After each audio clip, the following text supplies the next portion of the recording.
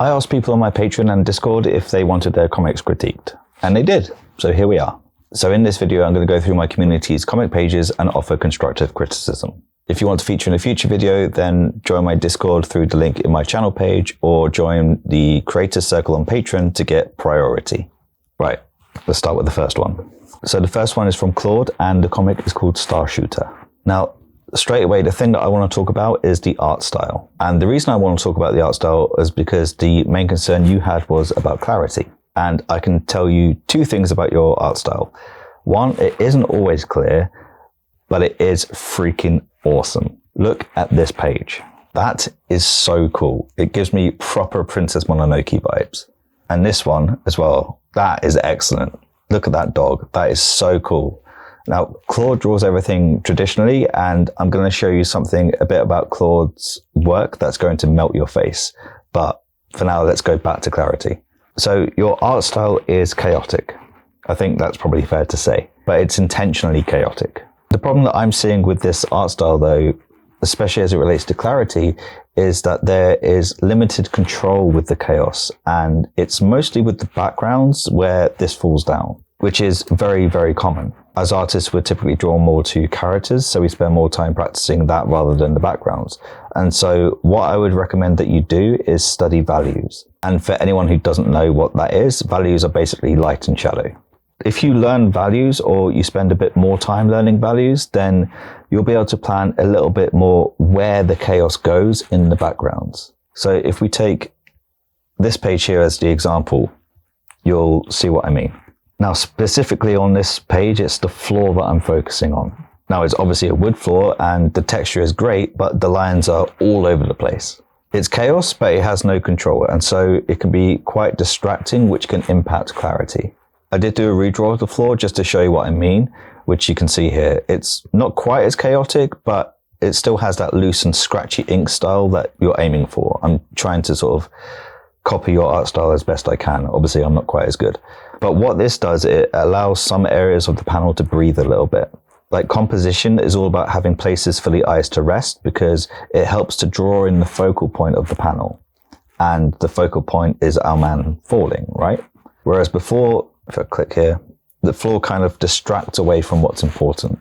Now, someone whose this style reminds me of is Dave McKean. And I really, really encourage you to check out his work if you haven't done so already, especially his ink work. Like this is kind of similar in it's quite chaotic and quite abstract and frenetic, but it's controlled. Like there's a lot of control here, and you can see that he's placing that chaos with a lot more intentionality. Is that a word? He's more intentional with where he places it. Now, as far as comics go, I recommend you pick up The Savage if you haven't already done so, because it's a really interesting comic. It's interesting layout, and the ink style is very abstract and very chaotic, but it's controlled chaos. Let me show you another page. Just pick one at random, like that. Like, it's really, really, really cool and really interesting. I'll show you a background as well. And obviously he combines the ink with watercolor. But again, it's that sort of chaos, but it's controlled chaos. So you can really see that there are certain elements where the eyes can breathe, and that sort of pulls focus to what's important in the panels, which is key for clarity. Now, I'm going to melt your face, because this is the same comic and the same artist, and it wasn't that long ago. Let me show you. Bosh. That is the same person. Look at the difference between that and that. And in fact, I'm actually going to expand my canvas so I can show you a proper side-by-side comparison. Look at that. How cool is that? It's like night and day between these two. So you are 100% heading in the right direction, so just keep going. Now, as far as your workflow is concerned, I would spend a little bit more time on the thumbnailing stage, because that's when you can determine whether the clarity is there or not. And you can do this in one of two ways. Either get someone else to read the pages while they're in the thumbnail stage and see if they can follow along, or if you can't do that, then walk away after you've done the thumbnails, do something else for a while, or wait until the following day and then come back to it and see if you can still follow what you've done. If you can, you're probably on the right track. And that's when you can sort of unleash the chaos and apply your art style to those thumbnails. Now, this is not an easy art style to pull off, especially considering you're traditional as well. But I think you're nailing it way more often than not. So like this dog, I mean, I'm not going to get this dog out of my head. I think the design and the way that you've drawn the dog is fantastic. I really, really, really like it. Now, everyone else watching this, go read this comic because the link is in the description, and send Claude some love because they work exceptionally hard on this comic. Now, on to the next victim. I mean, artist, person I'm helping. So we've got Garrow the Kadget. I'm sorry if I've butchered that. I'm just going to say Garrow. Now, this comic is really interesting. Firstly, it's really well drawn and you've got a nice clean style. So there's not much to say about the drawings, but the reason that it's interesting is how you approach the compositions of some of your panels. So if we take this first page as an example, now we have 10 panels here, which is a lot, but I think it works because there's no word balloons and the intention is to go from scene to scene quite quickly, almost like a storyboard. So no problems here. The problem is with these panels is that you're leaving too much space in some of them, which is odd because usually it's the other way around. But before I get to the examples of that, I just want to focus on the top two panels because there's an instant fix to one of your concerns, which was pacing, I believe. So in this first panel here, we have the character going from left to right, and in the second panel, the character is coming from the right to the left. So just flip this panel, like flip the panel, and it's easy. In fact, I'll do it right now.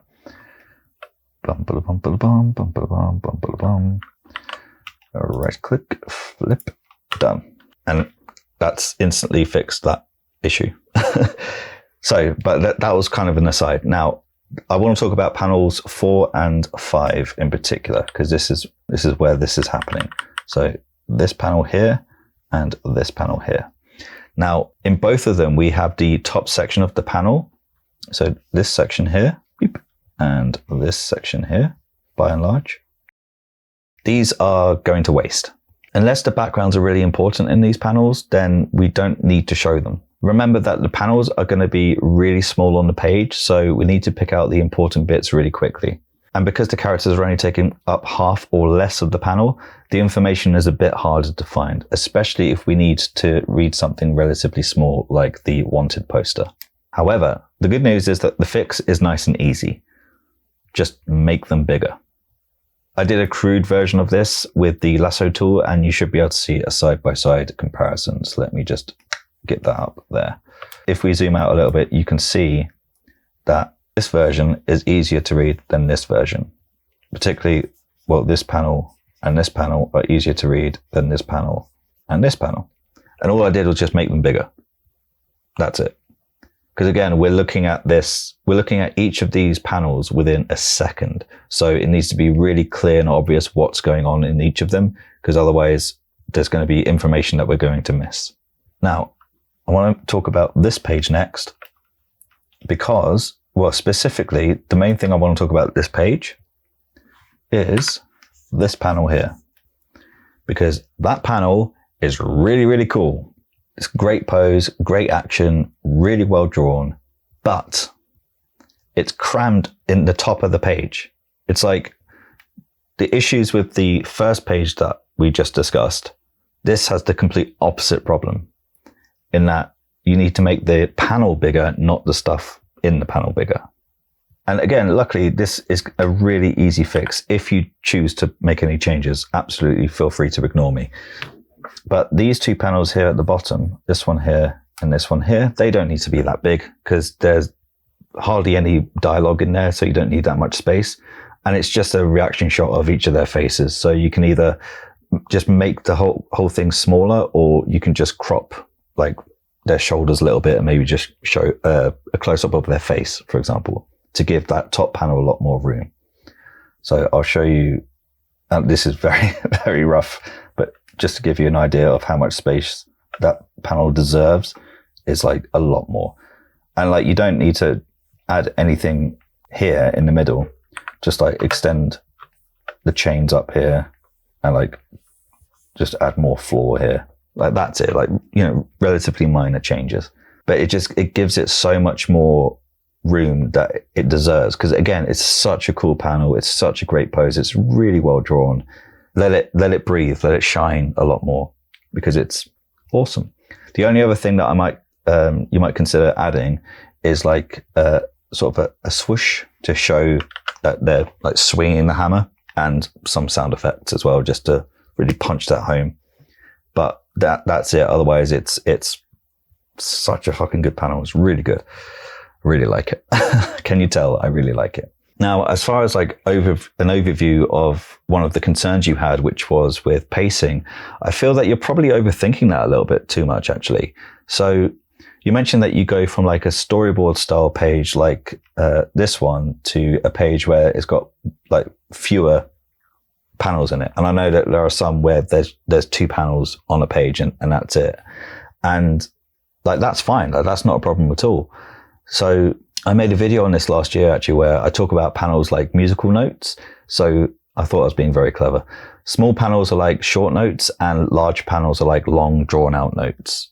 And you need both to create a song.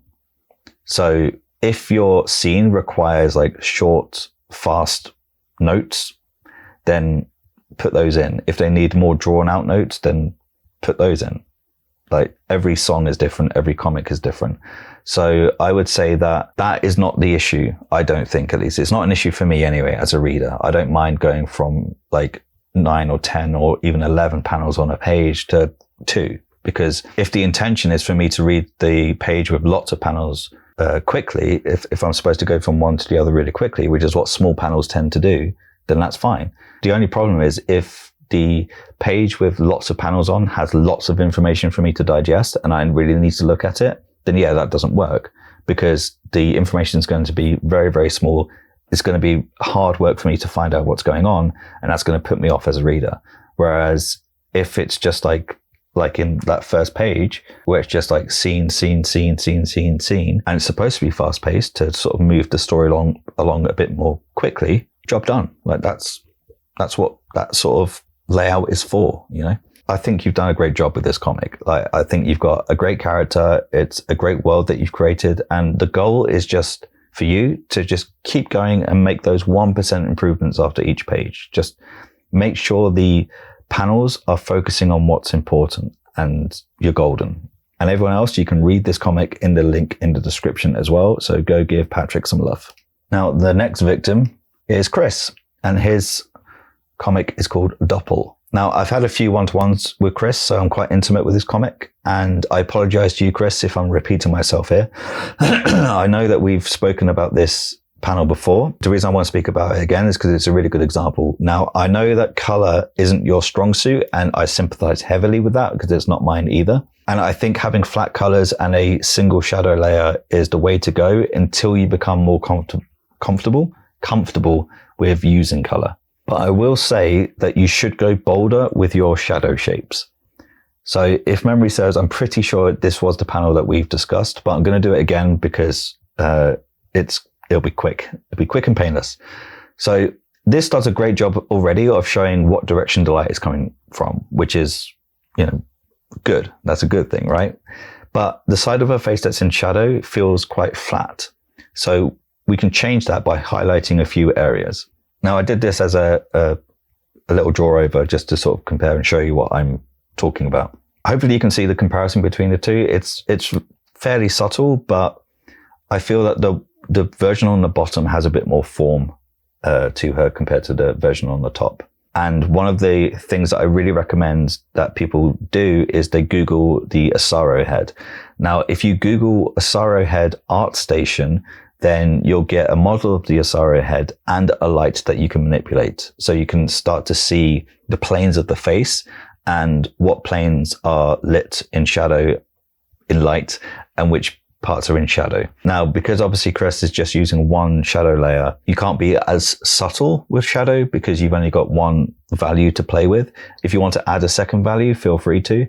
But because you're not as comfortable with color yet, I wouldn't do that for every panel. If you wanted to add you've got your flat color and then you've got a shadow color and then you've got like a value in between, then do that for panels like this, where you can see the face really close up. But for the other panels, just stick to the flat color and the shadow color. But yeah, I really recommend going on to ArtStation, looking at the Asaro head. I know I've talked to you, Chris, about that before, but for everybody else, Asaro head, ArtStation, and thank you, William, for making it. I haven't said his last name because I cannot pronounce it. Here he is on the screen. So back to Chris. Now, the last thing I will say about this panel is that when you put some shadows in, the shadow shapes you put in are really small. So if we look at this shape here, now a lot of you looking at that might not have even noticed that that shadow shape is there, but its shadow shape is there. Now, if we just do a quick comparison, I'm going to outline this shadow shape. Perfect. And this shadow shape. So you can see that one is not as well defined as the other, I suppose is the best way to show it. I'll show you this with another example, actually. Panel here is, that's what you've drawn, that's the original one. So what I would say with that is that like these shadow shapes are really small, and I know why you're doing it because I do exactly the same thing. And it speaks to a lack of confidence. That's all it is. It's like, you know that the nose is going to cast a shadow on the face. You know that the bottom lip is probably going to cast a shadow on the face as well. So you're putting it there, but you're not putting it there with conviction. And again, I get it, because when it comes to color, I tend to withdraw a little bit as well.